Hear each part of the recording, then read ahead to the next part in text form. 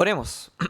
Gracias, Señor, te damos en esta mañana por estar aquí reunidos en el templo como iglesia, Señor, como tu esposa, como tu amada, Señor. Gracias porque tenemos este deseo, este anhelo, esta necesidad de estar reunidos y así estar contigo, Señor, en comunión, para aprender, para adorarte, para sustentarnos mutuamente también, Señor. Y en esta mañana te pedimos que nos permitas solo preocuparnos de lo que tenemos que preocuparnos y dejar cualquier preocupación, cualquier enojo, cualquier situación extraordinaria afuera, Señor, del templo y que aprovechemos el tiempo de manera apropiada. Acompaña a los más pequeños, Señor, a los jóvenes también para que puedan aprender de tu palabra y así crecer en ti también, Señor.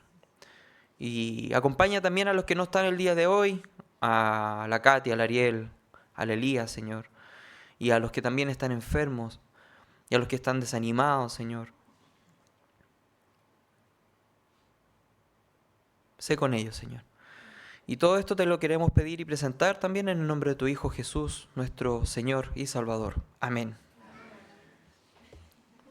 Ya, los más pequeñitos a la clase, los youngsters también.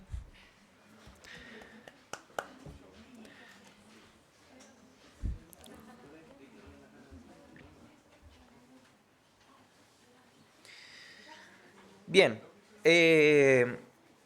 vamos a comenzar con la clase del día de hoy, que está, ¿en qué libro? Está difícil esa, ¿eh? En Lucas. Ya, ¿y en qué capítulo?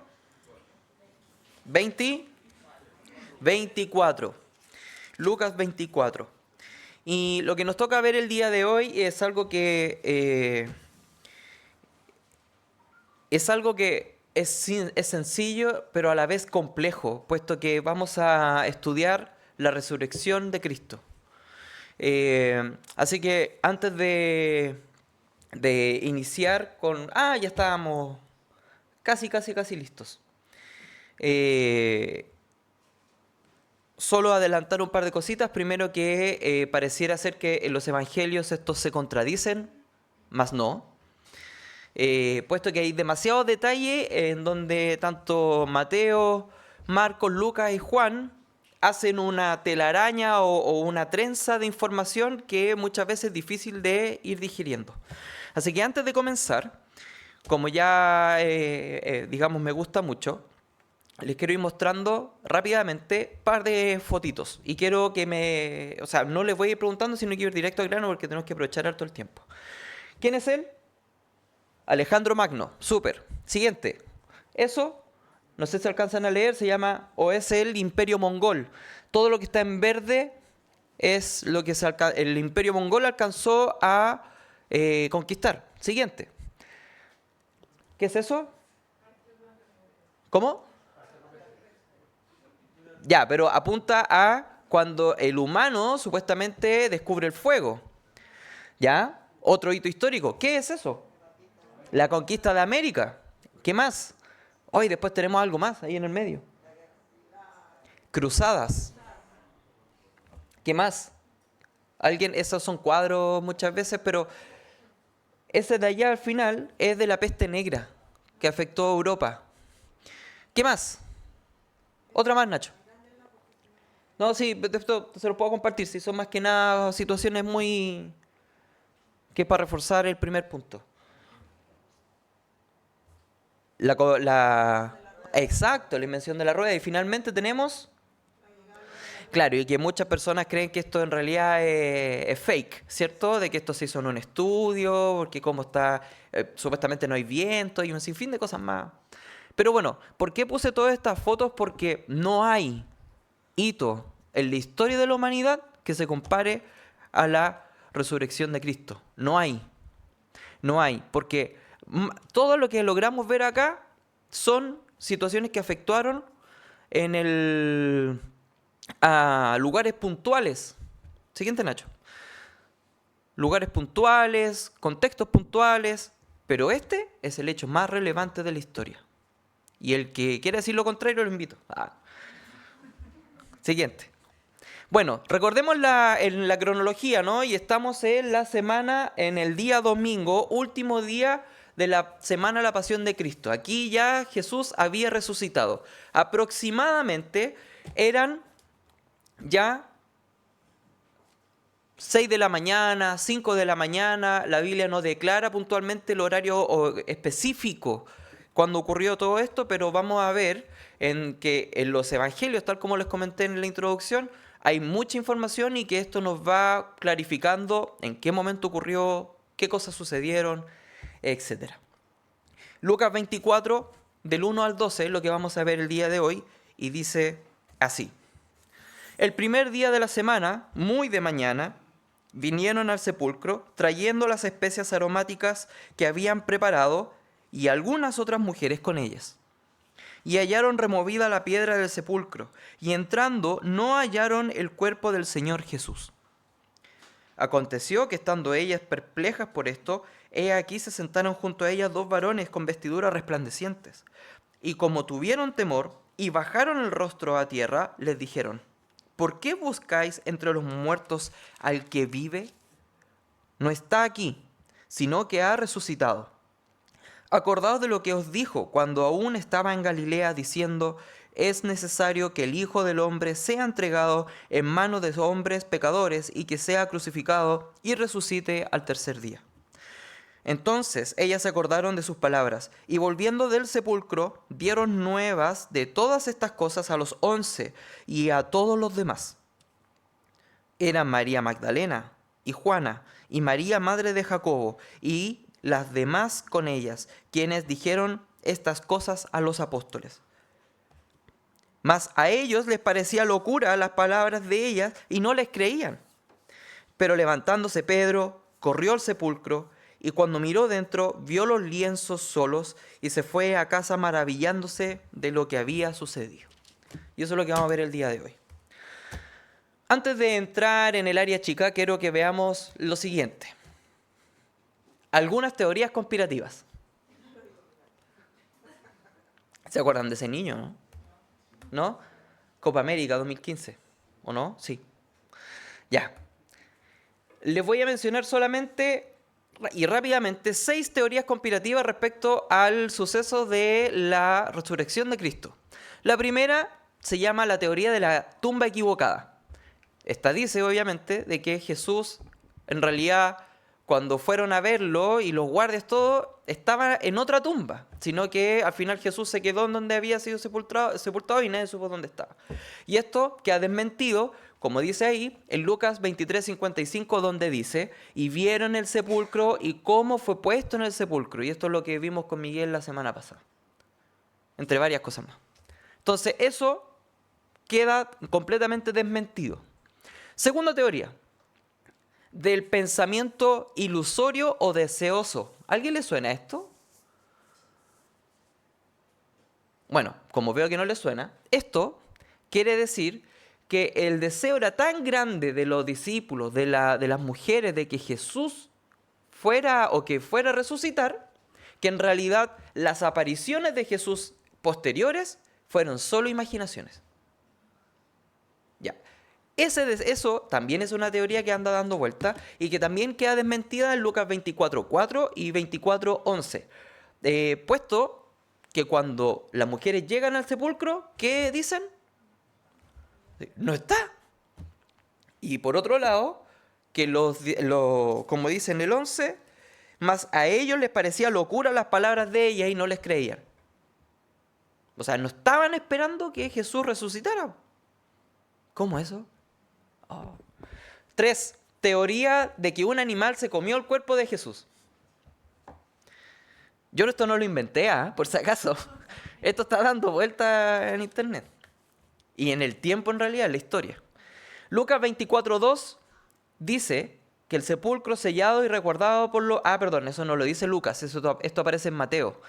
Que el sepulcro, la piedra, estaba sellada por los romanos, los guardias romanos, y que además estaba una patrulla se estima o se analiza de acuerdo a la historia romana de cómo esto estaba confeccionado, eh, las patrullas y todo este organigrama policial, si queremos ponerle un nombre, que las guardias no duraban más de 3 horas. Entonces los que estaban ahí, punto fijo, estaban más que despiertos. Así que, desechado. Porque si la piedra estaba sellada y además habían personas ahí, ¿cómo iban a entrar un perro o un oso o lo que fuera a comérselo? ¿Cierto? Teoría del desmayo. No sé si alguien había escuchado esto alguna vez. Y esta teoría, ¿qué es lo que dice? Principalmente que fue tanto el dolor de Jesús en la cruz, que él cuando dice que ya consumado es, él no muere, sino que se desmaya. Y que llega a un punto tal en que cuando es bajado, les ponen las hierbas, ¿cierto? Lo envuelven, lo llevan, poco menos que las hierbas y el frío de la tumba lo despertaron. Las cosas que inventan las personas, ¿no? Ya. Y además, porque ¿qué sale? Agua. Bueno, esta le puse teoría Kramer. ¿Alguien se le ocurre por qué? Yo le puse ese nombre, pero tiene otro nombre. ¿Alguien se le ocurre por qué? Personificación. Dice, me comí una que era la teoría del ladrón de tumbas, de que había una persona que se metió a la tumba y robó el cuerpo de Jesús, ¿ya? También, desmentido porque estaban los guardias y la piedra sellada. La teoría Kramer, alguien se hizo pasar por Jesús y cuando se apareció los discípulos era otra persona, no era Jesús. Ya, pero ahí tenemos varias cosas que analizar porque ¿qué pasa con las perforaciones, cierto? Porque obviamente Jesús también, o sea, claro, hay todo un tema físico aquí, porque además la tecnología como para empezar a aparecerse, ¿cierto? Todas las cosas, ¿de dónde? No, imposible. Y además hay un hecho que podrían decir, bueno, pero a lo mejor podría haber tenido algún maquillaje. Cuando Jesús, y esto lo vamos a ver en las clases más adelante, va a ver a los 11, después de haber resucitado, él atraviesa una pared porque estaban todos reunidos, estaban todo eso cerrado. Él no abre la puerta, de hecho nadie se da cuenta cuando entra, se sienta con ellos y dice, salve, pasa a vosotros. O sea, él lograba traspasar paredes físicas. Finalmente, la teoría del robo del cuerpo, que es del ladrón de tumbas, y no porque estaba sellado. Perdón, hay un par de errores. ¿Alguna duda con estas teorías? Dígame. Hay otra teoría también que era común en aquella época. ¿Cuál?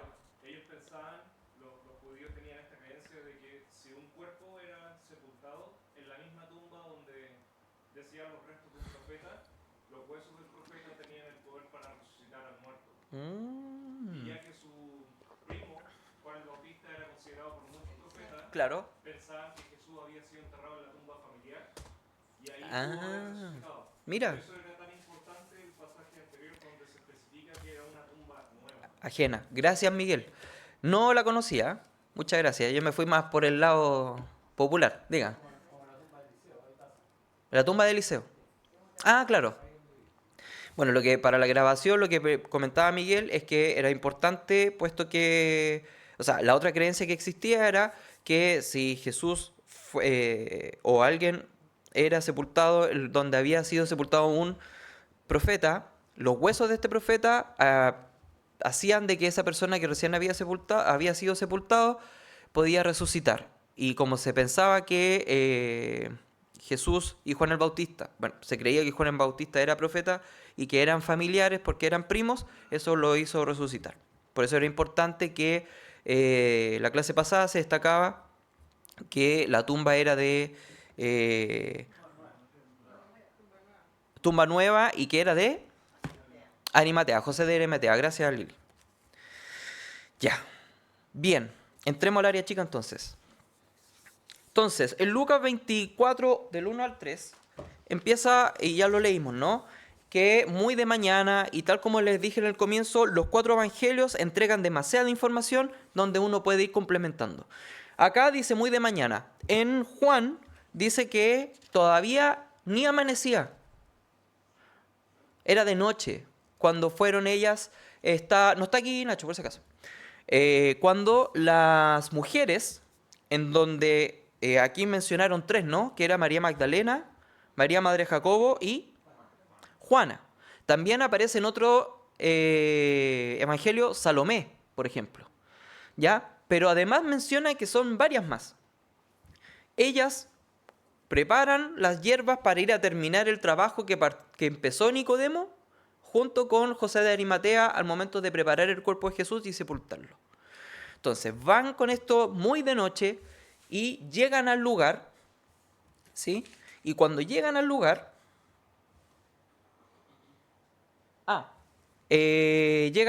se encuentran con todo esto. Como puse más abajo un punteo, primer día de la semana, ya sabemos que era domingo, muy temprano en la mañana, antes de las 6 de la mañana, trayendo especies aromáticas para terminar lo que habían hecho con José de Arimatea, ¿cierto? O sea, que había empezado José y Nicodemo. Ya las mencioné, y además hallaron la piedra removida. Y ese punto en particular, lo que podemos leer en los otros evangelios, es que cuando ellas llegan, desciende un ángel, que después podemos leer que son 2, y que ese ángel provoca un terremoto. Los guardias romanos quedan perplejos, de hecho se desmayan, y este ángel abre el sepulcro. ¿Ya? En los evangelios también dice que se sienta sobre la piedra. Entonces cuando esto ocurre, obviamente los guardias se desmayan, despiertan, y entre tanto hay una conversación entre este ángel personificado, porque sabemos que los ángeles no tienen cuerpo humano, ¿sí? No, pues no tienen cuerpo humano. Pero hemos visto en ciertos momentos, como por ejemplo, va un ángel a hablar con María al momento de informarle que va a concebir a Jesús, que es un cuerpo humano, ¿ya? Y también leímos que eran jóvenes, ¿no? Entonces, obviamente Dios en este sentido utiliza estos pequeños detalles, obviamente, para reforzar cierta información. Entonces, pasa todo esto y el ángel le dice, bueno, ¿por qué viene a buscar a Jesús que está en otro lado? Que ya no está acá, digamos. Bien. Siguiente, Nacho, por favor. Bueno, esto es una ilustración, no es una foto del lugar ni cómo ocurrió, por si acaso, no lo vayan a creer. ¿Ya? Me pareció interesante ponerlo. Bien. Después, en el 4 en adelante, dice, aconteció que estando ellas perplejas por esto, lo que les acabo de comentar, de que ocurrió este terremoto, el ángel corrió la piedra, dice, separaron junto a ellas 2 varones con vestiduras resplandecientes. Ya, en este punto no son 3 los ángeles que hay, son solo 2. Uno que abre el sepulcro, se sienta, y otro que después complementa la escena, digamos. Ahora, siempre es uno el que habla, no los 2. Separaron junto a ella 2 varones con vestiduras resplandecientes y como tuvieron temor, bajaron el rostro a tierra, que no es menor, y les dijeron, ¿por qué buscáis entre los muertos al que vive?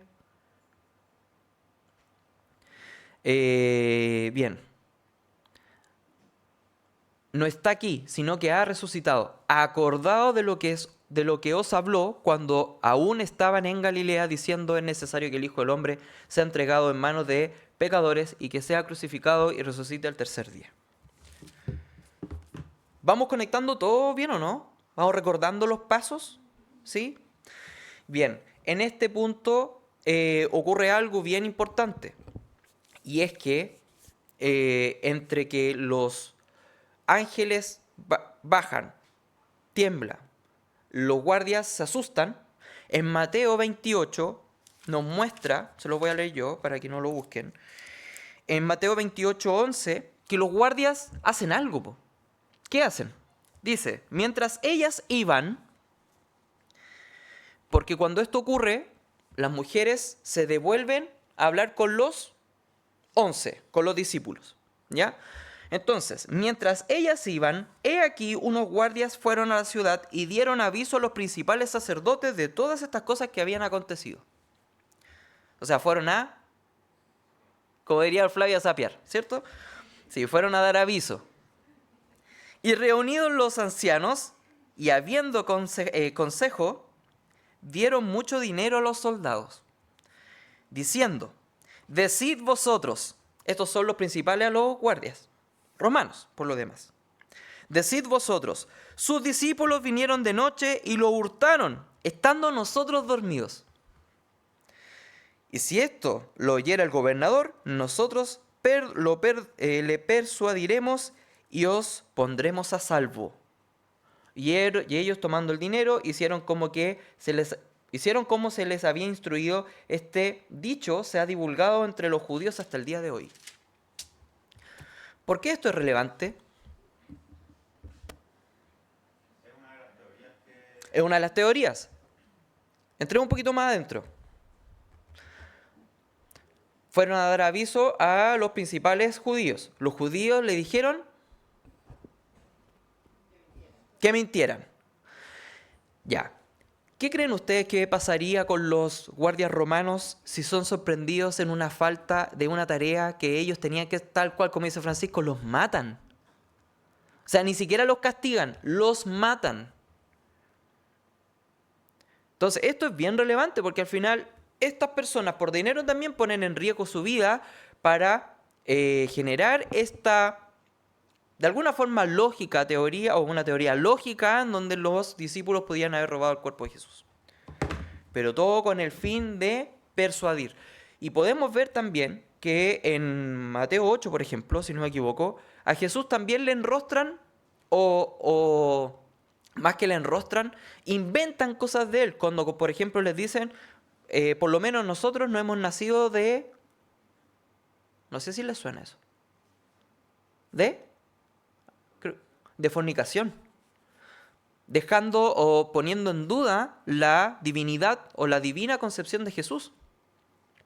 Entonces esto no es nuevo tampoco, hermanos, de que hayan personas o existan personas que por conveniencia intenten generar este tipo de problemáticas, de persuadir al resto para mantener una mentira o para que ellos no se vean perjudicados. Sigamos con Lucas. Bien, y tuvieron temor. Y les dije que ellas se habían devuelto donde los discípulos, ¿cierto? Bien, cuando se devuelven donde los discípulos no les creen. Ya, ¿y por qué eso yo les digo que aquí hay harta información? Porque Simón Pedro junto con Juan, y esto sale en Juan, lo escuchan esto y salen corriendo a ver el sepulcro. Salen corriendo, van a ver el sepulcro, llega Juan primero, y cuando llega ve que está abierto y no quiere entrar. Pero cuando llega Pedro, llega y entra. Y ve que adentro del sepulcro están todos los lienzos que habían envuelto a Jesús y el sudario, que muchos lo conocemos en una foto que no la puse, que sale como la corona pareciera ser, o la sangre en la frente, más la cara, el cuello y parte del torso, ¿no? ¿Cómo se llama eso? El sudario de Turín. Ya, pues, y aquí lo que dice la Biblia es que esto es solo en la cabeza. Y esto además estaba sobrepuesto encima del envoltorio, digamos, que tenía Jesús. Y eso estaba doblado. ¿Esto qué indica puntualmente? Que Jesús resucita, se saca a él las cosas y las deja a un lado. O sea, y aquí también queda, digamos, echado en tierra, de que habían personas que habían intentado robarse el cuerpo de Jesús, por ejemplo. Porque si se roban, ¿para qué se van a dejar los lienzos ahí? Se lo llevan entero, po. Si no quedan todos manchados y todo lo demás, ¿o no? ¿O no? Ya, pues participen, no se me queden dormidos. Bien, hasta el momento vamos bien, ¿cierto? Ya, llegan ellos, aquí me estoy como yendo hacia adelante y hacia atrás según lo que cuenta Lucas. Así que los invito de verdad a leer estos 4 pasajes en sus casas. Ya, pues, sigamos. Bien, siguiente Nacho, porfa. Entonces, Lucas 24, 8 al 10 dice, entonces ellas se acordaron de sus palabras y volviendo del sepulcro, dieron las nuevas de todas estas cosas a los 11 y a todos los demás. que era María Magdalena, Juana, María Madre de Jacobo y las demás con ellas quienes dijeron estas cosas a los apóstoles. ¿Por qué creen ustedes que es importante siempre que mencionen quiénes fueron las que estaban ahí? Ya uno, por favor. ¿Cómo? Ya, porque lo habían visto morir. Perfecto. ¿Y sabían dónde lo habían sepultado? Perfecto. ¿Qué más? Porque era más fácil que los discípulos creyeran de gente que rodeaba a Jesús que de cualquier otra mujer que no se mencionaba. Pero hemos leído, ¿cierto? La primera lectura que no creyeron, po.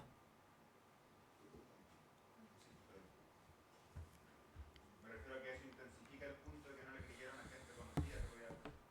Ya, ok. Pero ¿por qué creen ustedes de que... ¿Cuántas mujeres al menos han mencionado?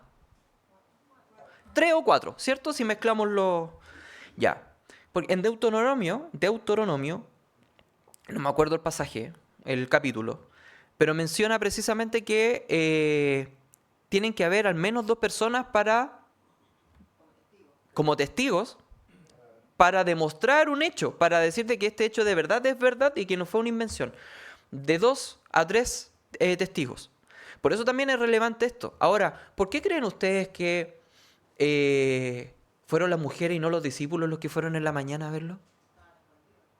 Estaban escondidos, probablemente también estaban todos reunidos, pero sufriendo, ¿no?, la pérdida. En un orden jerárquico en la sociedad judía, ¿qué lugar ocupaban las mujeres? No ocupaban ningún lugar o estaban al final, ¿cierto? O sea, eran desechadas completamente. Y aquí eso también es relevante porque al final lo que hace Jesús es... No quiero ocupar la palabra... No, ¿para qué lo voy a ocupar? Ocupa a mujeres para dar esta noticia también con el fin, y esto lo hablamos con el pastor, de cuidar de alguna forma a los discípulos, po. Porque ¿qué pasa si hubiese llegado los discípulos precisamente en la mañana a ver el cuerpo, ¿cierto? Estaban los guardias, podrían incluso haberles dicho, no, que los discípulos llegaron, nos atacaron y se robaron el cuerpo, por ejemplo. Pero ocupan a las mujeres precisamente porque Jesús en ese sentido también cuidando a los discípulos y también mostrando en su misericordia el amor para con todos y dentro del plan de Dios mencionarle esto a las mujeres. Y las mujeres van y les cuentan a los discípulos. Los discípulos tampoco les creen. No sé si como que se le empieza a venir a un personaje a la cabeza, a la mente, que sabiendo las cosas no las creía. Bueno, dice, se acordaron de sus palabras y en Mateo 12:40 son estas palabras que dice, porque como estuvo Jonás en el vientre del gran pez 3 días y 3 noches, ahí estará el Hijo del Hombre en el corazón de la tierra 3 días y 3 noches. Y como puse ahí en cursiva, lo anterior es una expresión judaica y que nosotros en nuestra cultura también lo ocupamos. Nosotros a veces vamos a la playa un fin de semana y resulta que nos vamos el día viernes, en la tarde después del trabajo, llegamos en la noche allá, ¿no? Estamos todo el sábado y el domingo nos devolvemos a mediodía para no toparnos con el taco. ¿Y cuántos días estuvimos afuera? El fin de semana. ¿O no? No, estuviste, no, el fin de semana en la playa. Lo mismo ocurre acá. Jesús no alcanza a estar 40 horas sepultado. De 72, que son los 3 días. Entonces, en este sentido, no es que haya una contradicción. Tenemos que, por eso es importante entender los contextos de cómo están escritas las cosas. Y aquí, puntualmente, Jesús está todo el día sábado, pero en la mañana que ya vimos que amaneció, era a las 5 de la mañana, y ya Jesús no estaba en el sepulcro. Porque los ángeles, cuando abren la puerta del sepulcro, no es para que Jesús salga, así como Lázaro. Cuando Jesús le dice, Lázaro, ven, sal fuera, perdón. Sino que, como esto estaba sellado, como habían guardias, el ángel abre el sepulcro para que los demás vean de que el cuerpo ya no está ahí. ¿Vamos bien hasta el momento, no? ¿Dudas? Ah, ya, vamos bien a la hora también. Sí. Era normal en la cultura que las mujeres hicieran esa pega de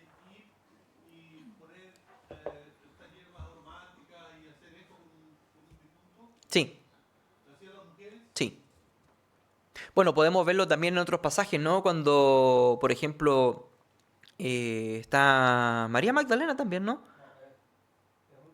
De hecho, hay una María que unge a Jesús Sí. antes de la muerte, sí. La hermana de Lázaro, la Mm. hermana de... O sea, era común de que ellas se preocuparan de este tipo de cosas. Gracias, Ítalo. Bien. Siguiente. Ah, perdón. Y hay otra más que cuando dice... Entonces ellas se acordaron de sus palabras, porque aquí lo que está apuntando de que Jesús tenía que resucitar después del tercer día, ¿no? Ya. Y también hay otras palabras que sale complementado en otro evangelio, que era dónde tenían que ir. ¿Alguien se acuerda dónde tenían que ir? A Galilea. Esto lo podemos leer, estoy buscándolo acá. Ay, lo perdí. Ya, pero no importa. Cuando dice, bueno, va a resucitar, ¿cierto? Y cuando yo no esté, esto está en Luke, en Mateo. Es que no me quiero... Ah, no. Está en Marcos 16, 7. Partamos en el 6. Mas él les dijo, no os asustéis, buscáis a Jesús Nazareno, el que fue crucificado. Ha resucitado, no está aquí, mirad el lugar donde le pusieron. ¿Cierto? Mirad, no está. 7. Pero id, decid a sus discípulos y a Pedro que él va delante de vosotros a Galilea. Y allí le veréis como os dijo. ¿Sí? Iban para Galilea. Ya, pero ¿por qué Galilea? Y hay un tema, otra vertiente de información. Bueno, este es el mapa del tiempo de Jesús, allá cómo estaba todo esto distribuido. Siguiente, Nacho. De Jerusalén a Galilea, en esos tiempos había más o menos 220 kilómetros. Y no había auto. ¿Cómo iban los discípulos? A pie. Ya, actualmente hay 150 y eso lo vemos también por las carreteras, ¿cierto? Y todo lo demás. 2. La ciudad era una ciudad fronteriza. Galilea de los gentiles, le llamaban los judíos. Y era de una forma despectiva también para cómo los judíos de Jerusalén veían a los que vivían allá en Galilea. Jesús además inició su ministerio allá. Por otra parte, esa ciudad era mal mirada, bueno, porque ahí también vivían los expulsados, eran como los que no podían estar dentro del pum, los tiraban para afuera. Y además de Galilea a los gentiles, porque interactuaban con personas que eran de otros países. Recordemos que los judíos eran súper nacionalistas, como que nosotros y el resto. Y por otro lado, era la prueba final para con los discípulos de que Jesús iba a resucitar y tenían que ir para allá. Y no era algo tan sencillo, pues si eran 220 kilómetros que tenían que irse para allá, pues así como ellos sabían, tenían que recordar las palabras y se tenían que ir a Galilea. Es harto, ¿no? Caminando sin parar son por lo menos 2 días. Sin parar. Recordemos que allá también es puro sol. Bueno, y también porque como uno va leyendo en la Escritura, Jesús allá cumple su final promesa de que se iba a reunir con todos los discípulos y allá también es donde asciende al cielo. ¿Sí? Bien, sigamos. ¿Se me va algún otro detalle, pastor, con eso? Y allá les da la gran comisión. La gran comisión. Mateo 28, 16. Sí. Gracias, pastor. Allá le da la gran comisión. ¿Cuál era la gran comisión? ¿Cuál es la comisión? Predicad y haced discípulos. ¿Por dónde? Por todo el mundo. Bueno, yo aquí puse esto, que está en Juan 24 a 29, y no es que no me quiera adelantar, pero todo lo que iba ocurriendo, que lo conversamos con el pastor, nosotros somos re duros con Tomás, ¿o no? ¿Se acuerdan de Tomás? Ya, los que no se acuerdan, Lo vamos a leer rápidamente. Dice, Juan 20, 24 a 29.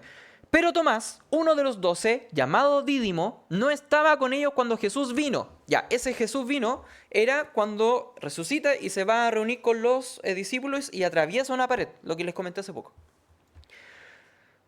Les dijo, si no viene en sus manos la señal de los clavos y metiere mi dedo en el lugar de los clavos y su mano en el costado, no creeré. 8 días después estaban otra vez reunidos y Tomás con ellos. Llegó Jesús, estando las puertas cerradas, y se puso en medio y les dijo, pasa a vosotros. Luego le dijo a Tomás, pon aquí tu dedo y mira mis manos, acerca tu mano y métela en mi costado.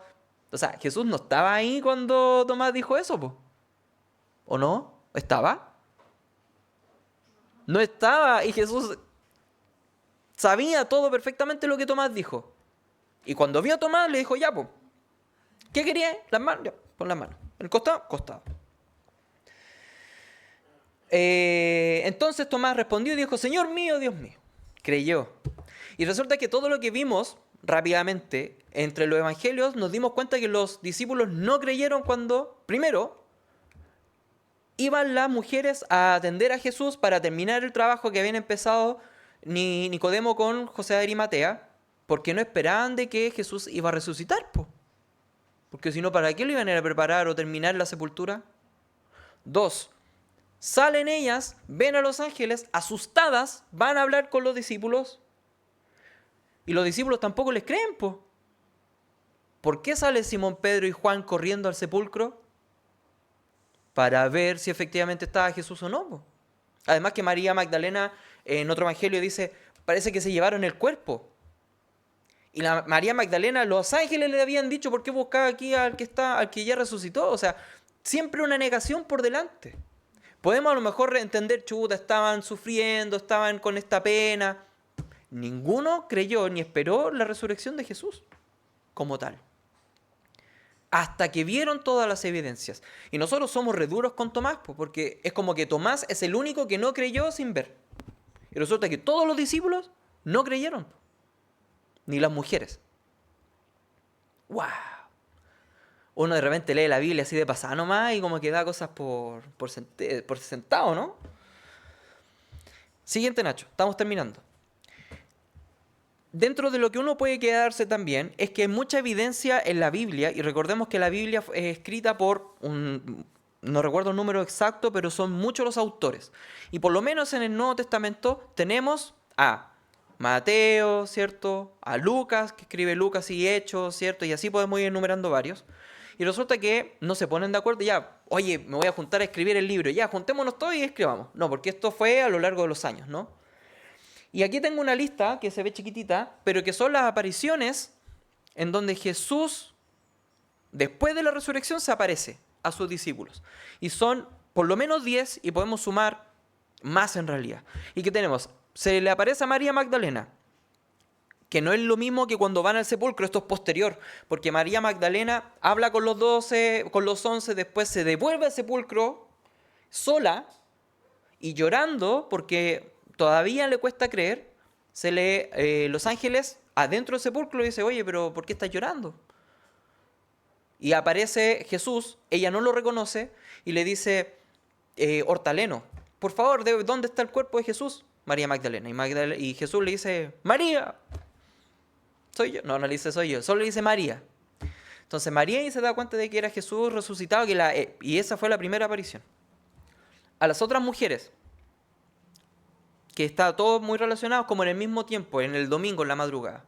3, a los 2 discípulos que va camino a Emaús. Emaús es al oriente, no hacia Galilea. Hacia el mar, claro, yendo hacia España, digamos. Ya, no hacia el norte.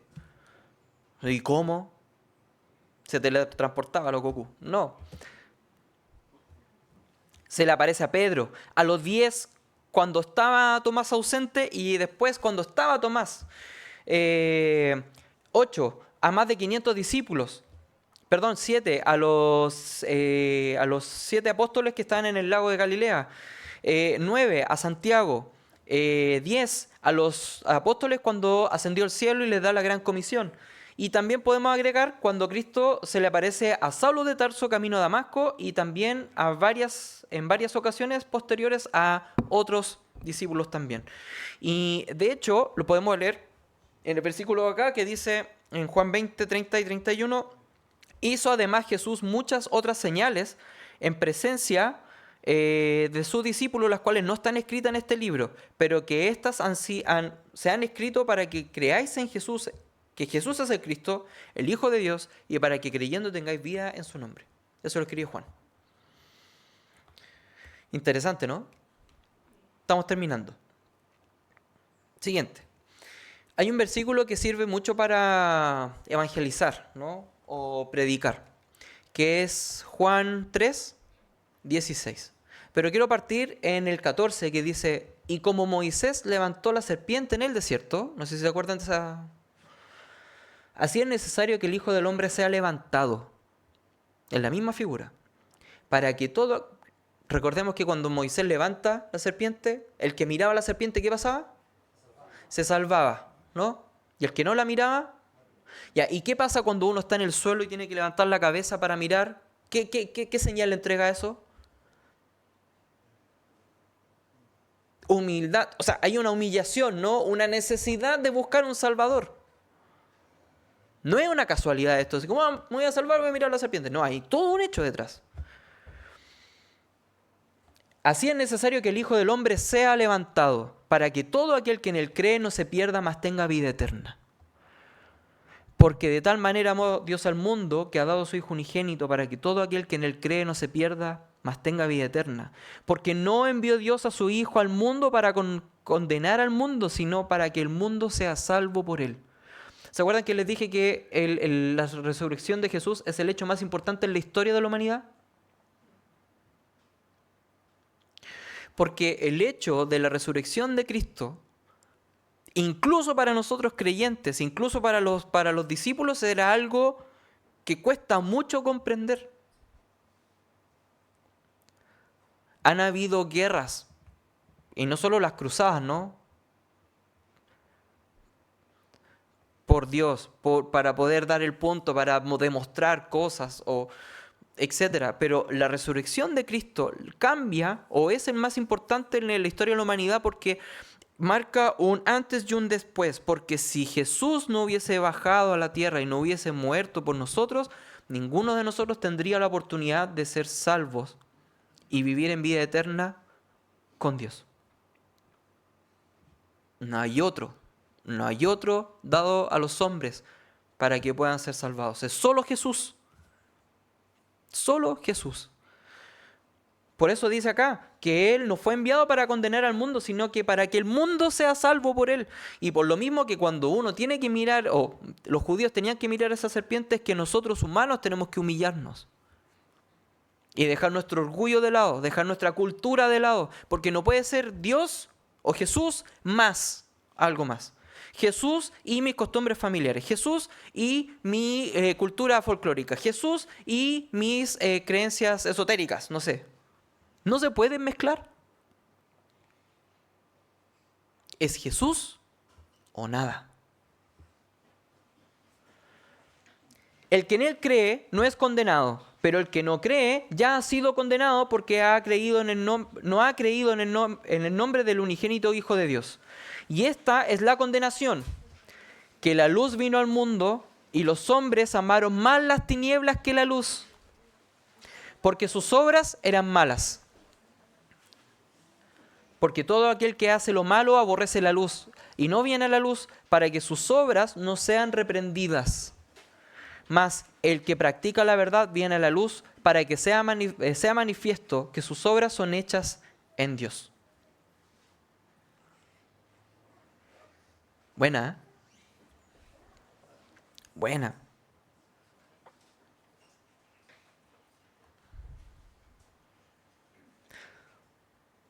Tenía otra lámina para terminar, pero creo que con esto ya es suficiente. Creo que el punto está hecho. Pero quiero que nos quedemos reflexionando en el 19, que dice, y esta es la condenación, comillas, o paréntesis, para los que no creen en Dios. Que la luz vino al mundo y los hombres amaron más las tinieblas que la luz. Recién le hablaba de que no puede ser Jesús más algo, ¿no?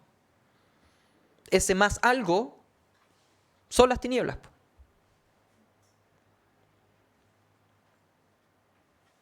Es que siempre he sido criado de esta forma. Hermanos, en Jesús todas las cosas son hechas nuevas. Y esta es la condenación, que la luz vino al mundo y los hombres amaron más las tinieblas que la luz porque sus obras eran malas. Porque todo aquel que hace lo malo aborrece la luz y no viene a la luz para que sus obras no sean reprendidas. Mas el que practica la verdad viene a la luz. Bueno. ¿Alguna duda? ¿Alguna consulta? Justamente con lo que comentas ahí, se me viene a la mente un versículo en Hebreos 12, ¿verdad? Cuando dice, puesto los ojos en Jesús, el autor y consumador de nuestra fe, y dice después, como decías, no podemos servir a este Señor con todo lo que tenemos atrás, entonces dice, despojándonos, ¿verdad?, de todo peso y todo pecado. Entonces es como, justamente, o sea, puesto los ojos en Jesús, mirando siempre a Él.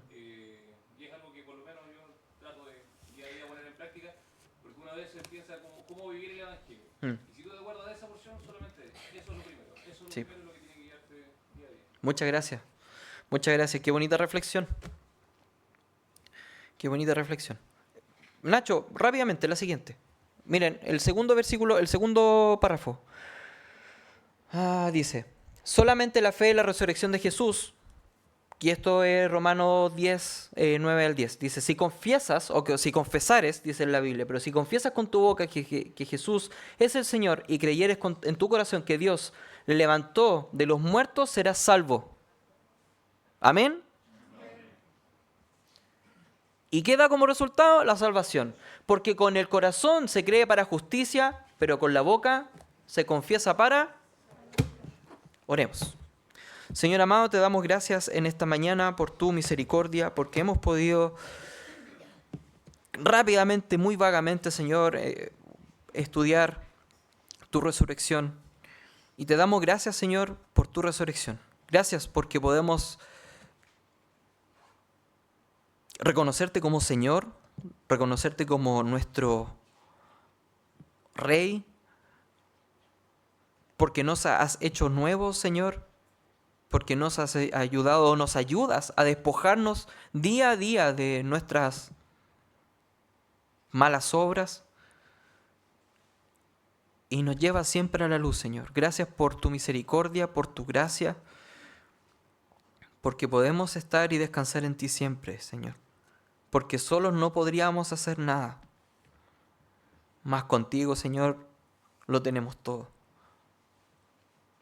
Gracias por esta escuela, gracias por lo que nos has enseñado y pone en nosotros ese anhelo de siempre aprender más de tu palabra, leyendo con detalle para comprenderte mejor, Señor. Todas las cosas están aquí escritas, no necesitamos nada más. Solo que abran nuestra mente como lo hizo Jesús con sus discípulos para que pudieran entender. Hazlo así también con nosotros en esta mañana, Señor. Y todo esto te lo queremos agradecer en el nombre de tu Hijo Jesús, nuestro Señor y Salvador. Amén.